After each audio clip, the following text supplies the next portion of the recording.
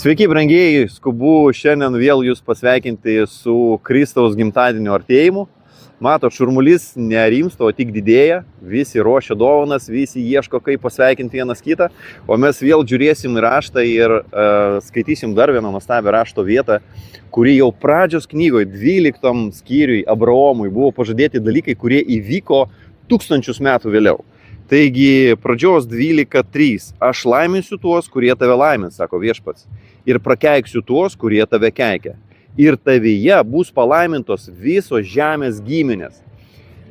Dar viena pranašystė. Pats Dievas kalba apie tai, kas įvyks po 1000 metų. Ir mes žinom, kad būtent iš Abraomo gimė Izaokas ir taip toliau, ir taip toliau, ir taip toliau. Ir kažkada iš Marijos, iš mergelės, gimė Jėzus Kristus, kurio gimtadienio mes visi laukiam, brangiai.